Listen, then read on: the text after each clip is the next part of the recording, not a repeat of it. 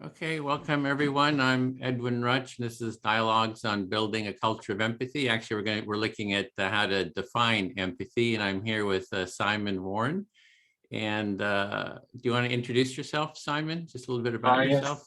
Yes. I'm a counseling psychologist here in the UK, and I've had a 30-something year career with our NHS, our National Health Service, some of that managing community mental health teams, and other times delivering therapy to hard-to-reach populations. A varied and interesting career that kind of led me into being an academic to try to cope with the stress of it. I ended up studying and then got doctorates. So yes, that's me. And you're working on research. I mean, you're interested in how we do research or how research is done. Is that? That's right, yes. Particular research approach I was taught and I found particularly useful for thinking about a moral approach to some degree, which encompassed social issues and political concerns as well as psychology. Psychology's got to be there, but it's psychology in the context of our lived existence that I'm particularly interested in. Yeah.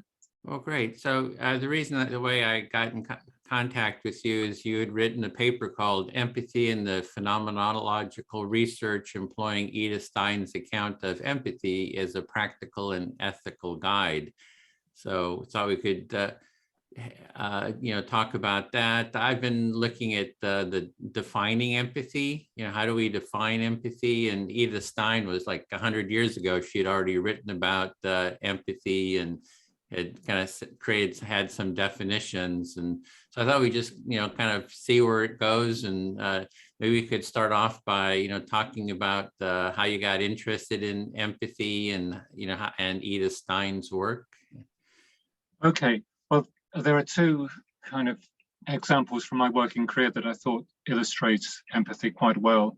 I had a job in community mental health teams, recruiting staff, supervising staff, supporting them, and often more junior staff would go off sick with stress-related illnesses. And then I started reading about something called vicarious trauma. So in counseling and sort of support services where our clients have particularly difficult lives, whether at risk of drug overdose or death by suicide or misadventure, where they may get into trouble with the police for committing crimes. This was quite stressful for the staff to manage and to engage and help those people.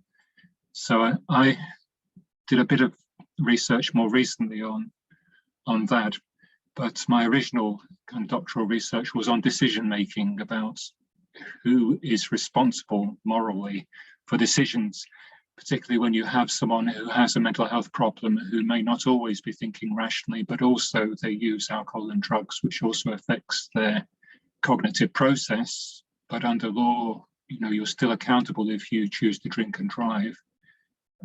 So there's complexities in how we would hold people to account morally. And I got into empathy really. Well, if I give you the example, I was thinking of homelessness. We in the UK have an increasing problem with homelessness. I guess everyone will have walked past someone sitting in the street with a bowl. And when we closed our asylums in the UK, more and more people then ended up on the streets because they weren't cared for by the state. And initially you think if you give this person some money or a house or something, then it will solve their problems immediately. My empathetic connection was, I've got to help this person and I'll give them a bit of money. And I thought about my own experience of, I haven't been street homeless, but I have been stuck in an airport, longing for a comfortable bed, longing for a good meal, and far from home. And I thought perhaps that's how a homeless person might feel initially. I was upset seeing someone sat in the street like that and wanted to help. So this would be Edith Stein's first sort of level of empathy, where you feel an affinity, something about what the other person is communicating to us through their way of being affects us. So that's a clue that there's something we need to think about. But I was, in my first initial sort of empathetic connection, getting it all wrong, because I wasn't understanding this person's way of life or how they were living. So when I did work in services trying to get people off the streets, just putting them in a home or giving them a front door that they can lock, or a bed, didn't work. You know, the person wouldn't sleep on the bed. They were not accustomed to sleeping on beds. They weren't accustomed to taking their day clothes off or wearing pajamas. They didn't know how to prepare food for themselves in the kitchen. You know, they had adapted to a lifestyle and a way of being. And I thought this is pretty much like, you know, you'd ask someone who's a banker in the city to go and live on a farm and look after animals. And it would be such a different lifestyle and a skill set for them to have to adjust. Same thing with getting people off the streets, is to get them into houses, getting them into jobs, getting them into healthy relationships is quite a lot of work. So empathy is about being able to see the world from the person's perspective as they encounter and live within it in their life. So when I was seeing the homeless person, I was turning away from them to think about how I might feel away from home, without a bed to sleep in, without food. And that's not how they were feeling. So that's a common definition, or people think is like, oh, it's like, how am I affected by what I'm seeing? If I'm seeing homelessness, I'm being affected in a certain way. Some emotions and feelings are coming up, sadness or stress or anxiety about it, or concern.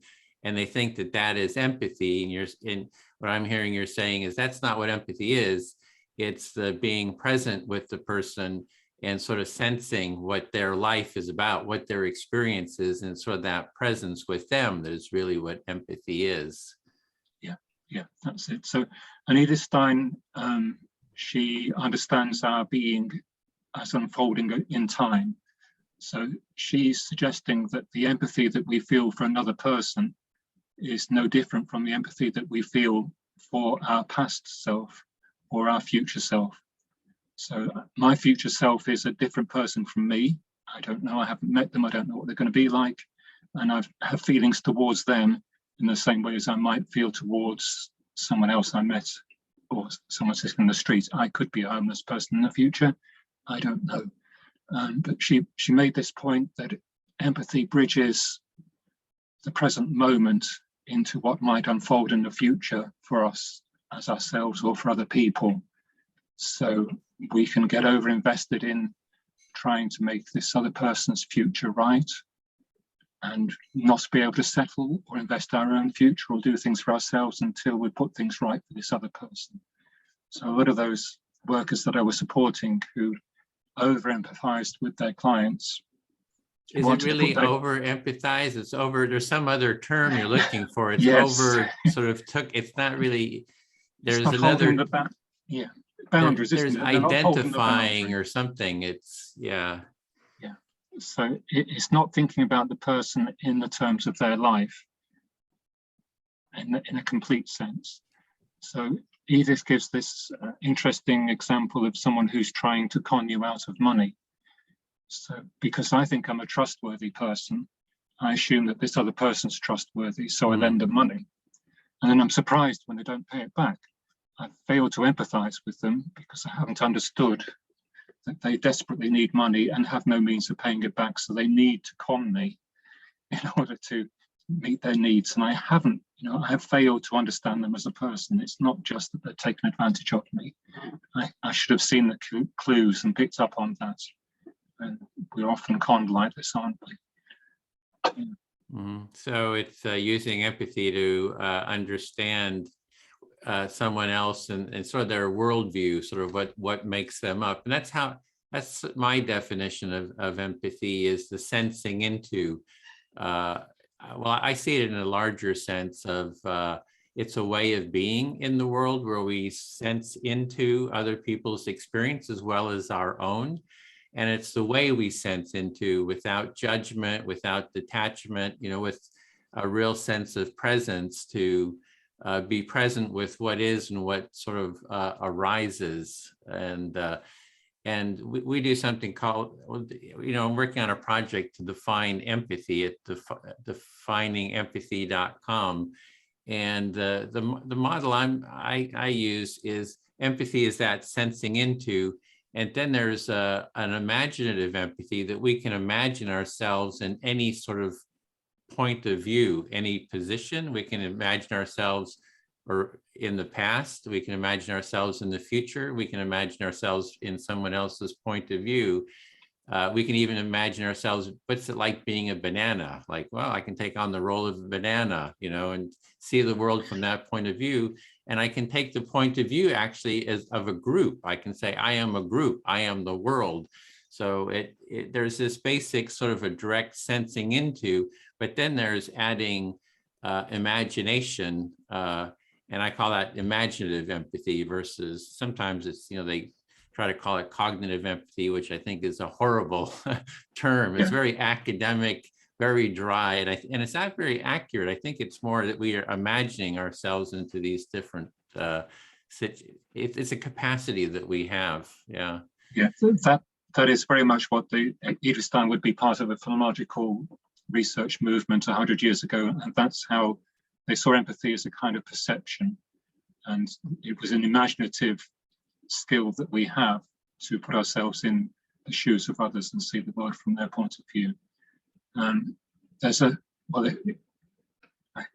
philosophical thing that's quite tricky is the debate for them was that empathy as a term came around 100 years ago, 150 years ago, perhaps, in Germany, in response to people like Immanuel Kant, who was formulating human existence as quite individualistic, that people are separate cognitive entities that go around trying to make sense of the world. So they then see each other and try to make sense of other people. Whereas other cultures don't see people quite so separate from each other. So you can think about it, a baby and a mother are quite enmeshed in each other, and the baby doesn't know necessarily that it's a separate person from its mother. And it may be 20 years before that child has grown into an adult sufficiently for them to go out into the world and be autonomous and independent. So we're not naturally separate from other people. Our separateness is something that we achieve. And I think then empathy can be as much about maintaining that separateness once we've achieved it, as it's not just about seeing into another person's mind as if they're separate from us, because in many ways we're emotionally enmeshed and connected with others. Does that make sense? Yeah, it does. Well, in it's really about a worldview, right? It's like Edith Stein is setting up a worldview versus another worldview. There's the worldview of we're individualistic, we're on our own, we're our own sort of internal entity, contained entity, versus we're in relationship, and that there's a relationship going on between people, and we're sort of enmeshed emotionally. Our feelings are enmeshed with each other. And those are sort of two broad categories of worldview of what the world is like. And then the other part I think that you're addressing is everything is cognitive, everything is thought and reason, that we're seeing the world through this thought and reason, cognitive. And then there's I think you called it an affective. There is this affective turn. It's like there's a move away from that towards seeing the felt experience of life, that we're in this constant state of felt experience. And it's those two different worldviews. So you're kind of like looking at the broader, almost philosophical, what is the human life about? And like I come down more on hey, it's a felt experience. We're living this feeling world. We're in relationships. So I'm very much in line myself, with the worldview of that that Edith Stein is sort of speaking to, as well as the capability of taking multiple perspectives. We have this ability to sense into other people's experience, but we also have the ability to imagine ourselves in all these different situations. So it's kind of there's almost like a battle for what is reality? How does reality work? And I see that too. The Einfühlung, maybe you've looked into it, was sort of saying that when we look at a work of art, we're sensing into it, we're feeling into it, and feelings are arising. It's not like a just a mental individualistic thing. They're trying to describe how we feel into the world in a sense. So that's kind of my take on it. Yeah, I agree. And I find it really interesting, this notion of agency, that when we have an empathetic connection with another, it's not that we choose always, we're pulled, it's drawn. And when you see a picture, you may be overwhelmed by the beauty of what's portrayed. And you can let yourself go with that, or you can pull yourself back. So for those members of staff that I was supervising, some of them were being encouraged by others within the mental health teams where I worked to toughen up. The narrative was about, oh, you're new to this business, you'll learn, you've got to be harder, you've got to take a stance. It's no good giving the person begging money because they'll just go and spend it on drugs, and you've got to take a harsher attitude towards this person. But I don't think that helps. That's not empathy, that is blocking empathy. I would see that as a hindrance to having an understanding or a connection with another person. You don't want to be conned or fooled by them or taken advantage by them, but it's not healthy to join them in a sort of cynical, aggressive, blaming attitude. Yeah, that's the way I've been starting to think about it is that if empathy is that sensing into that person who's having whatever those issues, there's things that can block that block. We can deepen our empathy and we can block empathy. So what's going to block our empathy is judgment, saying, "Oh, you're stupid, you're incompetent," and you're judging them. So that kind of blocks the sensing into seeing the broader reality of what that person is experiencing. You can detach, withdraw, become cynical. I guess cynicism is a form of maybe withdrawal. You can just leave altogether, withdrawal, or you can become self-righteous, is like, hey, I'm all my ideas are right and yours are wrong. And so there's all these different blocks, as well as we can deepen our empathy by, learning to be more present and create space for the person to sort of unfold who they are. And the other part that I would say too, that there, even in empathy, I see that there's sort of this individualistic view of empathy, is that, oh, it's me empathizing, how I empathize. But what about an empathic relationship? It's like, can that person who's having those struggles be deepening their empathy, and that our relationship becomes a more mutually empathic relationship? So that's very seldom kind of really talked about, is that it's like in therapy, right? The therapist, there's a client and therapist, the therapist empathizes with the client, but it's only it's one way sort of empathy. You pay your money, or, you get your whatever for being heard and listened to for the hour, but the person who's the client is only receiving the empathy. They're not learning how to empathize per se, deeply. Maybe with the therapist, that would actually be seen as terrible for the therapist to be receiving empathy. But then how does the client also take that empathy skill to their family and do empathic listening, empathic practice with their family to build a whole empathic society, is kind of what I'm looking at. Such a good point. And part of my career, I moved away from therapy for a decade or two because everything was becoming evidence-based. And this is built around the assumption that it's what the therapist does that causes the person to get better or feel better. And, this is at odds with psychotherapy in its original kind of invention. And existential practice is more about being present with the person and a mutual encounter. So you wouldn't take your problems to the client and ask for their help, but you would be honest.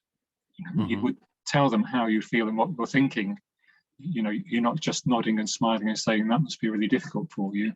You are giving them an honest encounter with yourself. You bring yourself into the relationship so that you are, for them, somebody they can identify with, understand, and empathize with.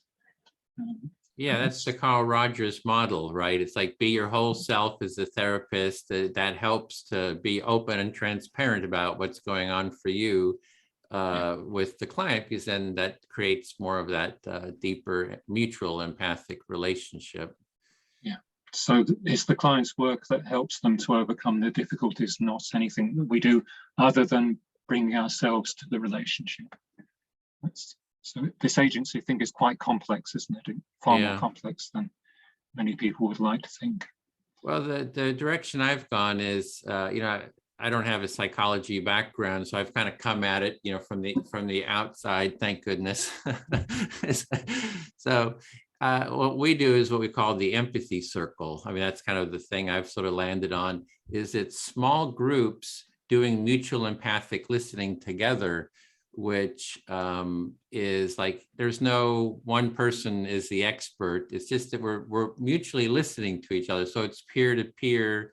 And it's like everybody can do it. It's like, it seems to me like if there's a homeless population, that what needs to happen is that that if that's a social problem, which it certainly is here in the San Francisco Bay Area, is having that connection. It's the mutual empathy and the connection that helps people sort of build those, relational skills to be heard, to start working through whatever issues, to have space to identify what the problem is, and whatever issues they're wanting to learn and grow with, to have that problem solving approach. So that's what really I've landed on, is the relationality, which is what I really like about your paper. You're talking about the arguments for the importance of relationality, the importance of feeling, the importance of multiple perspective taking. I did check out your video online of some of the work that you're doing, and they overlap with what I do. So if I'm doing some training for doctoral students in counseling psychology, I will have them in a triad or a group of 4, and they will do exactly what you're doing. So they take it in turns to be the counselor and the person who is the client and the person who's witnessing or monitoring.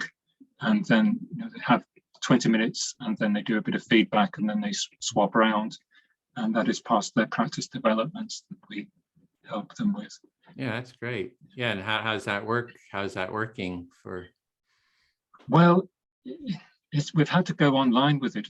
That's been a challenge. But obviously it does work, because we're taking students through this doctoral program and getting them qualified, and they have to have practice as well. So they're going out into volunteer roles as counselors and doing live work with clients, and they're getting supervision in their placement, and we do supervision within our educational institution as well. So they get a lot of support, wraparound support, as they're learning their theory and developing their practice. But yes, it just was uncanny how much the interactions I observed in your videos were similar to the sort of thing I'd be monitoring through my Zoom room. It's the next logical step. I'm surprised that Carl Rogers didn't do it, because it seems like a next logical step. He went off into doing these encounter groups, which, I don't know, it seems I'm not a real encounter group. I just seen, people just start beating up on each other, but if you have the mutual empathic listening, it just seems like the next steps, the logical step from a client therapist. I'm with you, really with you on this, because, empathy as a concept in psychodynamic theory, in Carl Rogers, in cognitive behavioral theory, empathy is not a word that you come across. Somehow it's been bypassed. Isn't that what you want from your counselor? That's what I would want. I have counseling myself. As part of our training is that you have to have therapy yourself. So I want my counselor to empathetically connect with me and understand what's going on for me. Why would we not make that part of our practice? But it's quite strange that it's not a term that is frequently found in academic material around psychotherapy and counseling. I've heard from psychiatrists, it's the same thing in psychiatry, so that we don't really learn that. I mean, in the training, it's not So I don't understand either why it was, what kind of happened to it. Is it that it kind of got professionalized somehow, the professionalization of it? Because there's sort of a logic to that empathic presence and doing it in small groups. And what we're also doing is we're doing it for peer-to-peers, like just anybody to be learning this practice, and that you do it multiple times, you become a trainer of it too, so that you're not just learning it for yourself to listen to others, but that you're learning to train other just regular people, just anyone, to be able to take part in an empathy circle, and then you spread it too. So we kind of spread this empathic mindset and presence, and we have the challenges that come up when you hold an empathy circle. There's challenges, like people don't want to, they want to give advice, or they want to tell their own story, or there's all these things that are sort of blocks to the empathy, or they kind of subtly reflect back with their own ideas kind of enmeshed in the reflection. And yeah, I kind of, one of the models I use for this with students sometimes is to think of when you learn to ride a bicycle, the big risk is you're going to fall off your bicycle. So you probably do the same for your children. You fit those little wheels on the back. We call them training wheels. Training wheels. So all the things that you're asking people to do, which is to listen, not interrupt, to try to summarize, to feedback, they're all stabilizing skills that I'd be teaching, and we call it phonological exploration. So you don't look for, you don't try to interpret, you don't try to advise, you ask, what was that like? Tell me more about that. I'm interested in this. When that happened, and you go with the person into the experience, you get them to describe what was going on, and you gather information. This is what you do. And when people become comfortable and familiar with that, then they can take the stabilizing wheels off a bit. They can then find their own balance in their encounters with clients. It's funny, I use the same metaphor, training wheels. I see empathy circles as training wheels. I use that metaphor too, because it's such an obvious, it's like you want to be one of those, on a bicycle, you can do cross, you go up and down the hills and you zoom and you flip and you turn, and that, but it kind of starts with the training wheels. And that's what I see as empathy circles are, is sort of that training wheels. And it seems like our whole culture needs these empathy, training wheels. It does, just to stay with the material that's coming up, and not to leap in and interpret and talk over. It's hard. And I had to learn to do this when I was training, and I know it's difficult to stay with somebody else's experience and be interested and curious. Yeah. Well, that's, so I don't know, what do you think is, what's kind of on your mind then? What's kind of where you with like next steps, or what to do, where to go with this? Or it's like you're kind of setting a philosophical foundation, right? It seems like you want to go somewhere with it, and it sounds like where you want to go, we have kind of a similarity. You want to kind of spread an empathic presence, and I'm tracing some of that similarity. I'm thinking the experience for me is that I have a dyslexic condition which wasn't picked up at school. In my doctoral studies now, in my 50s, I get a diagnosis of dyslexia.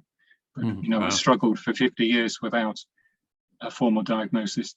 So I was no good at exams or filling in forms or remembering how to spell medications. So there was no way I was going to become a nurse or a social worker, and get that first degree and get into a professional role. So I got into managing community mental health teams by being good at it and winging it, really. So I was the amateur, the person in the group who didn't have a professional training, who kind of, why are you doing this? Why do you think that way? Explain this to me. I could be the layman who didn't have a clue as to what was going on and asked the stupid questions that no one else thought of. And then, of course, we get a better team, we get a better system, because people are asking those important questions, not just doing what they've been trying to do without thinking about it. So that was my foundation, and that's why I started studying, because I was just wanting to be having an education and an understanding was important, but I didn't want to be the expert. I always want to ask the stupid question. And I quite like people like Socrates, who I come across, who practice this not knowing stance. So he allowed others to tease out what they thought they knew just by asking questions and not proposing anything. I quite like that position.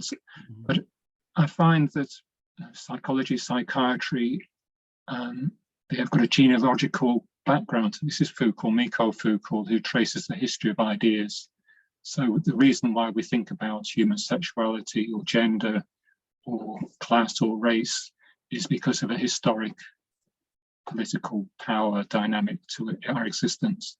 And we need to understand where we are by tracing where we have been. So the whole philosophical frameworks of psychology and psychiatry and social work have a history that I'm learning about and trying to see the paradigms on which the stuff is built. And I think empathy can be an important part of that. And then we can perhaps get professions to be a little bit less sexist and racist and more accepting, and we can have a more egalitarian approach to what we do, would be my agenda. Okay.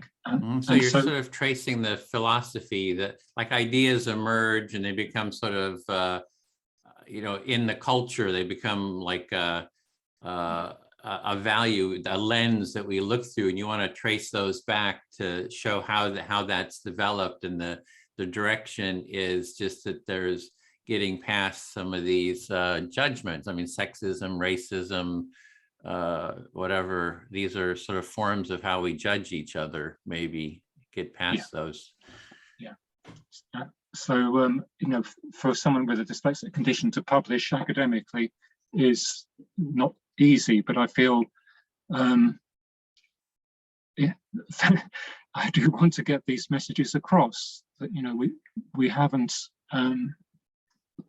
the assumptions that we make about things like sexism and racist views, they didn't come from nowhere. And if we can spot how they came about, and if we can change our attitudes and adjust and think about how we organize things in society differently, that's progress, isn't it? So I suppose my academic interest in writing is driven by that desire to understand and explain and help us understand each other. Yeah, I think you're making the case with Edith Stein that here's these different philosophies that sort of develop. Edith Stein has this relational view of the world, multiple perspective taking, and then there was other philosophies. And you're mentioning that she, I guess, was Jewish, ended up in the concentration camps and was killed. And you kind of kill ideas. That's suppress different values, different worldviews, and then other ones were more successful because they were promoted in the society. And so I think that's sort of the history of how these ideas come about, which ideas or what are going to be sort of strengthened in the culture. I guess that's one aspect. Yeah, so it's still stuff I struggle with, but I'd quite like to write a bit more about Edith Stein's concept of the 0 point as an individual, as a zero point for reference. So Kant and other people who set up the idea of the individual have this hurdle of how does an individual bridge the gap between them and others and understand them. And Kant says there's a rational way of approaching the world that is transcending the individual. That if we were all rational, we'd all do the same thing and we'd all be moral and we'd all be just, because there is a right way to do things from a transcendental, ultimate, godlike perspective. And Edith Stein is saying, no, there's just all these different people with their different points of view. And we've got to start a network of understanding within those different perspectives. there's no overall kind of God's eye view. Truth. Yeah. Mhm. Yeah, I have that sense sometimes that the reason was a replacement for God. I don't know if this seems to, that, you had this supernatural force that was out there, called God. And when reason came along, it was like, well, reason is God. It's like the natural force that is sort of beyond our world comprehension. That reason sort of rules the universe, and that it's I don't know, does that seem kind of like what we're dealing with? It is, yes. So it's narrative theory to a degree. It's that French Jacques Derrida and all that, isn't it? So to adopt a voice of authority, you speak in the third person. Your academic writing isn't my point of view. It is established that the evidence shows that the results are clear. And this is as seen by a godlike figure of rationality in science. It's not human experience or human perspectives. Yeah, and then that gives whatever your ideas are more weight, right? It's really a power. It's a power grab. It's almost like a power grab. It's like, we're going to pretend this is supernatural. I'm the high priest here, but channeling this. Yeah. It isn't your power or my power that we're expressing here. It's the power of this imagined kind of godlike rational science. I don't know. He's probably white. He's probably middle class, certainly male, and he's academic. Generic. Yeah, he's got a PhD. We have to become like him in order to speak in his voice. Well, let's stop doing that. Let's give the voice of authority to anybody and everyone, and find out what the world is like from their point of view, where they are, whatever their race, gender, or ethnicity or age. And that's empathy. That's what the empathy is, a whole different worldview of the process of sensing into other people's, experiences and what their experience is. The other aspect is this cognitive, that God has no feelings, supposedly, right? It's feelingless. And then there's this world of feelings where it's all a big sort of a mayhem. It's kind of like Rodin's, the thinker at the gates of hell. Right? That's sort of the model that, he's connected to God thinking, and then there's all the mayhem in the background. So actually, this week I'm doing an empathy circle with some folks. One is an academic who is into dialogic, how do we, and the topic is, what is the feeling of reason? What does reason feel like? Because I want to go directly towards that God of unfeeling, supposedly, because reason has a feeling. It's an embodied sense, and it has a felt experience. So we're going to kind of be exploring, what does reason actually feel like? Well, I would say it's a false reassurance. When we reason, we feel safe and certain, because we imagine that we have all the facts and the data and we know what's going on. And I don't think we really do at all. Yeah, I heard that too. I interviewed somebody about that. I said, what does reason feel like? And they said, well, when I was growing up, I just felt like very confused and everything. Then I kind of discovered reason, and I started feeling safe. And it was exactly that term. There's a sense of safety involved in that. So it is an embodied, there's something you're doing that there are feelings sort of related to it. Yeah. So I have some more things to write, but it does take me a long time to get my head in the right frame and to get it on the paper and to review it. And so I have a trajectory with this. And then I understand it's that point, it's the multiple points, that seeing there are multiple perspectives, and then how do you sort of address that? Is that kind of like, what do you do with it, or what is the philosophy behind that, or what is the evidence behind that? Or so we do have all these multiple points. In existential theory, Irving Yalom is quite influential. His idea of givens, so that all human beings have to die. They all struggle to make their lives meaningful. They all have to encounter other people. They're all embodied. these are given aspects of everyone's existence. So empathy and understanding others is possible because we share all these things. And that gives us some guidance in a very confusing and chaotic world, doesn't it? Is that so? It gives a common experience. There's some commonality there that we can therefore understand each other because we do have these common foundational experiences. Yeah. But it's very different from kind of empirical, rational, science-based evidence. It is, how do we respond to the lack of meaningfulness in life? It's not something we can measure or determine or calculate. It's quite an abstract, personal thing, isn't it? I know that you can find a measure for empathy, a rating scale. Psychologists love to do this, it seems. I hate it. Me too. Any kind of emotion. So a lot of my colleagues are busy delivering therapeutic interventions to reduce anxiety, which is kind of putting a bandage around a wound to make someone feel better, but it's not actually curing it or making them healthier. It's cotton wool kind of wrapping. So yes, you mean like all these self-assessment type, which are, as I understand it, are known to be very inaccurate anyway, that kind of have no meaning, but people, they like it. They do. Give some kind of assurance of something, People want to feel better, don't they? So anything you do to teach them how to reduce their anxiety, and then they feel better and more capable, which is good, but it's not making them more resilient or capable of living successful lives. It's just sort of avoidance of a sort, I'm afraid. Yeah. Yeah. Well, the one thing with empathy, if we see, I see empathy as an integrative sort of a process that, like, here we're, I've got my thoughts, my views, my experience, you have yours.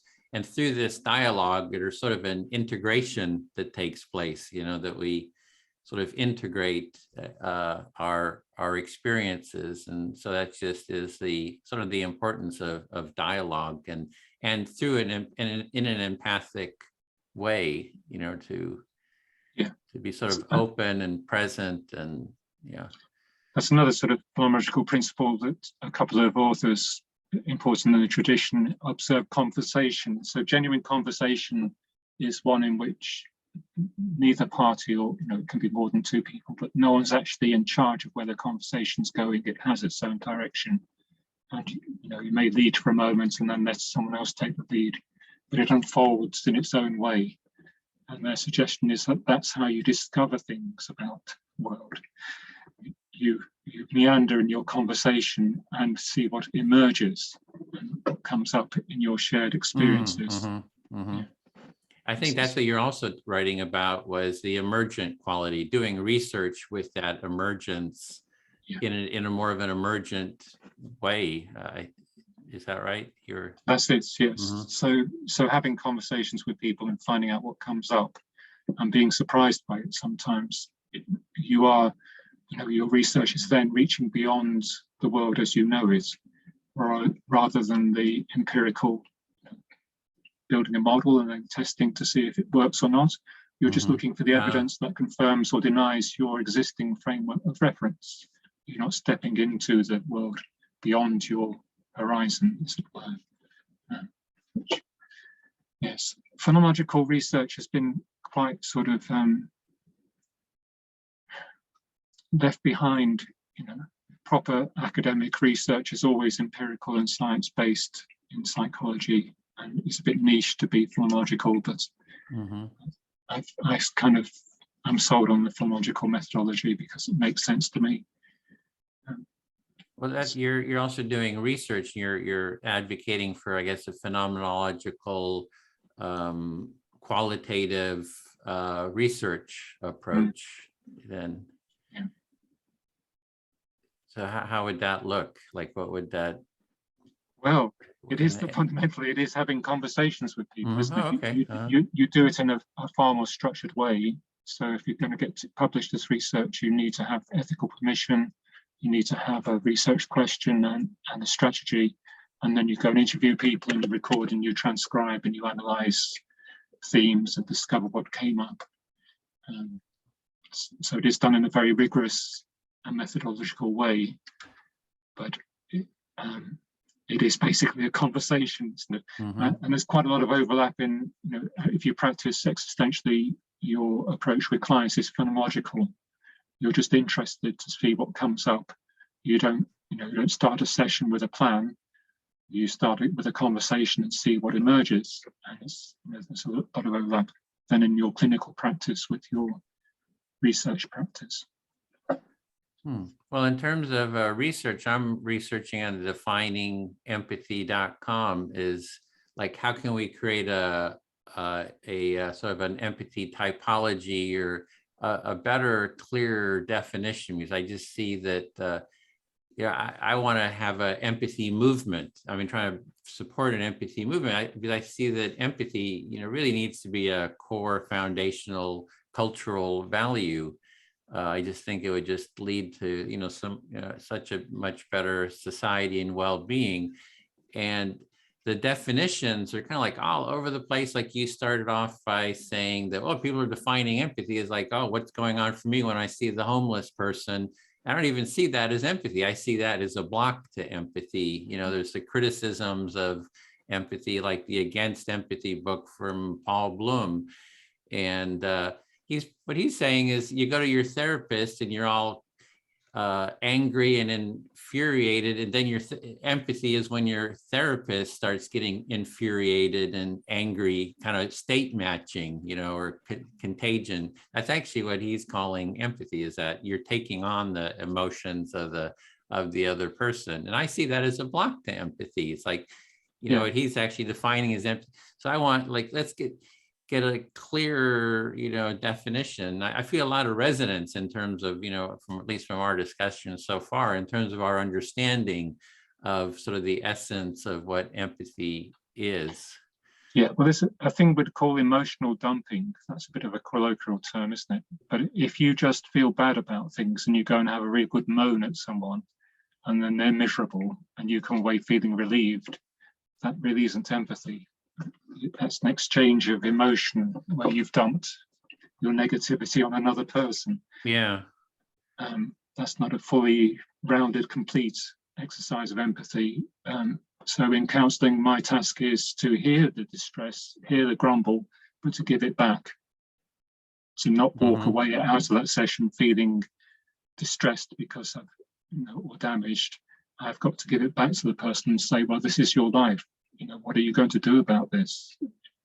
And pose that question for them. Hopefully that they'll be feeling more able to hold the distress of their life, having shared it, but they need to take away the problem. It is their problem.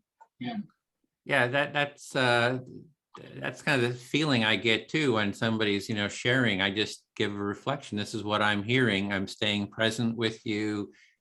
I'm reflecting my understanding of what I'm hearing. Is that accurate? And then it's sort of on them, they're holding it, and actually having that mirror or that sense of presence is actually in itself is kind of healing. It's like, oh, I'm not alone here with it. I'm in connection with someone. Maybe I can see this from another perspective.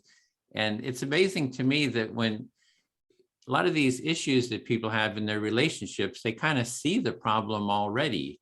They already have a sense of what the problem is. They're sort of looking for their own solutions to the problems. For example, in my family, I did a mediation with my sister and sister-in-law, and my sister-in-law was very aware that she uses anger to sort of, when she has sort of problems, and she knows it's like, it's annoying, but she knows she does it. And then my sister has the issue of withdrawal. She is very aware that she withdraws when there's a problem. So people are, people are very, in a sense, they're maybe not consciously aware, but they're sort of at a subconscious level that they're sort of aware of what their own problems are, and they're kind of trying to work through it, and having that empathic reflection, that empathic presence, so they can sort of explore it and express it kind of helps them just kind of work through some of those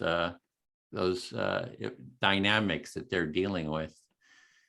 I agree. I think counselors need to learn to let the client lead, because the client does know what they need from the encounter and where they're going in their life. So as a counsellor, you have to sit back quite a bit and to let it unfold so that you understand what the person's seeking from you and how to be with them in their journey.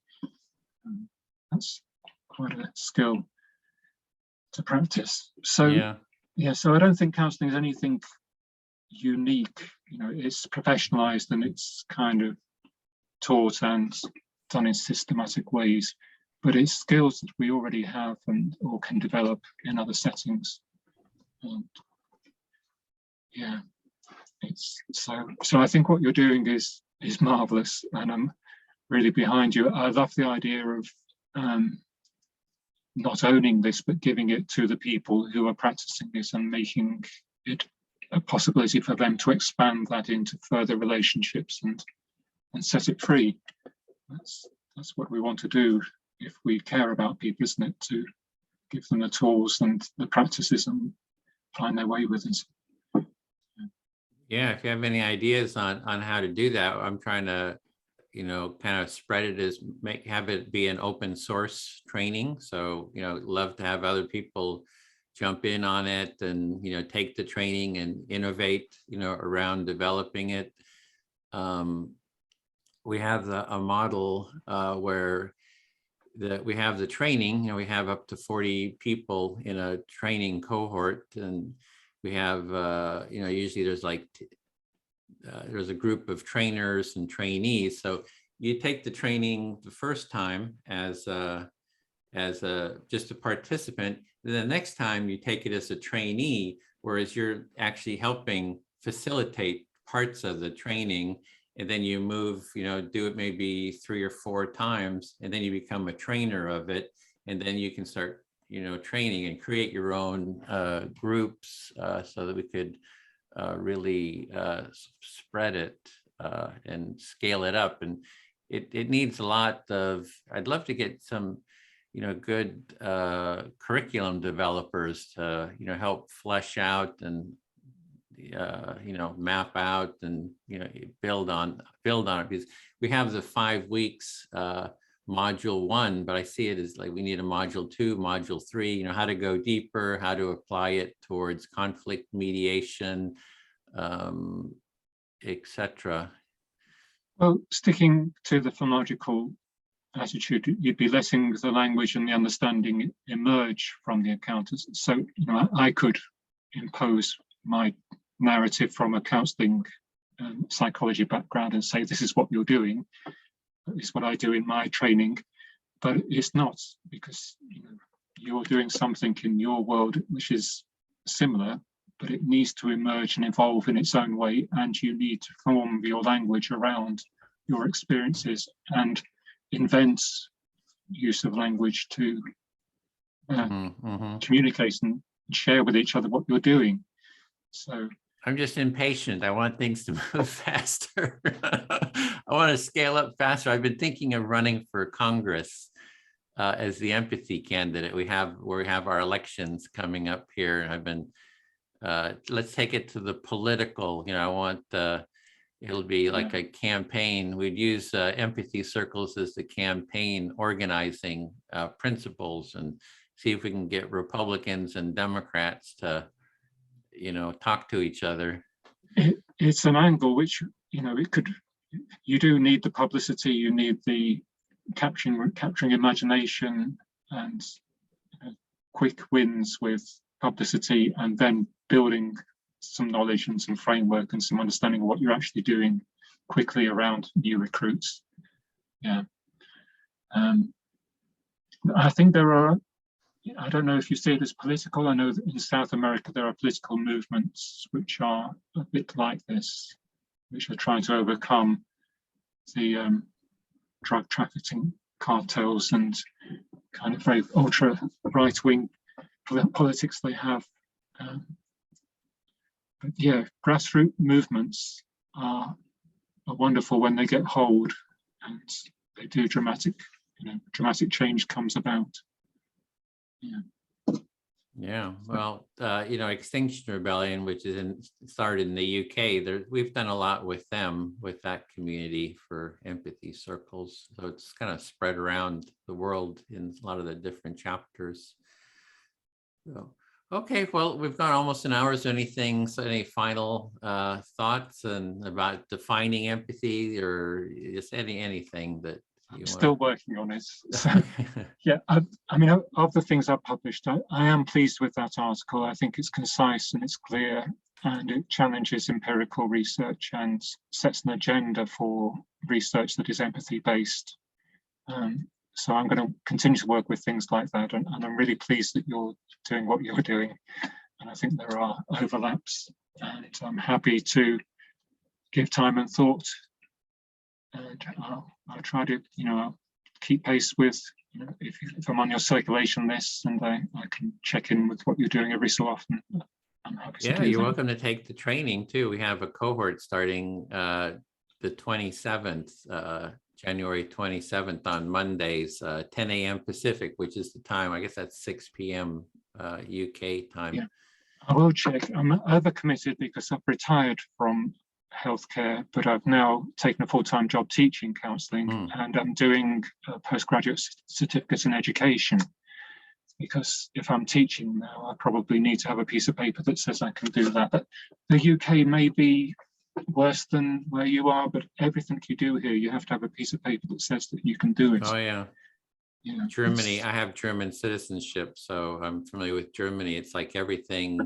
America is a bit more, if you can kind of do it, you can hang out a shingle. I mean, to a degree, and if people come to your door and pay you for it, then it's a little bit less bureaucratic than Europe, I think. So I will try to get along to the training, but I'll have to assess how much time I can commit to it, because I've got assignments and things and marking. Yeah. Well, you might find it helpful for the students, that the students, that if they learn the practice, it's something that they can use themselves and, teach actually their clients or for personal support, or, I think they could actually benefit a lot from. It's an opportunity for them to practice their skills, because there is a lot of overlap.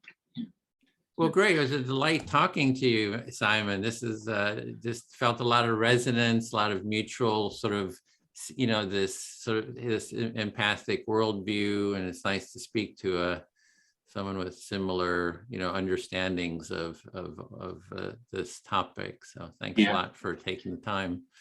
That's okay, and I hope it goes well, and I'll keep in touch. Okay, great. I'll post this and I'll let you know when it's up online. Okay, brilliant. Bye. Okay, bye for now.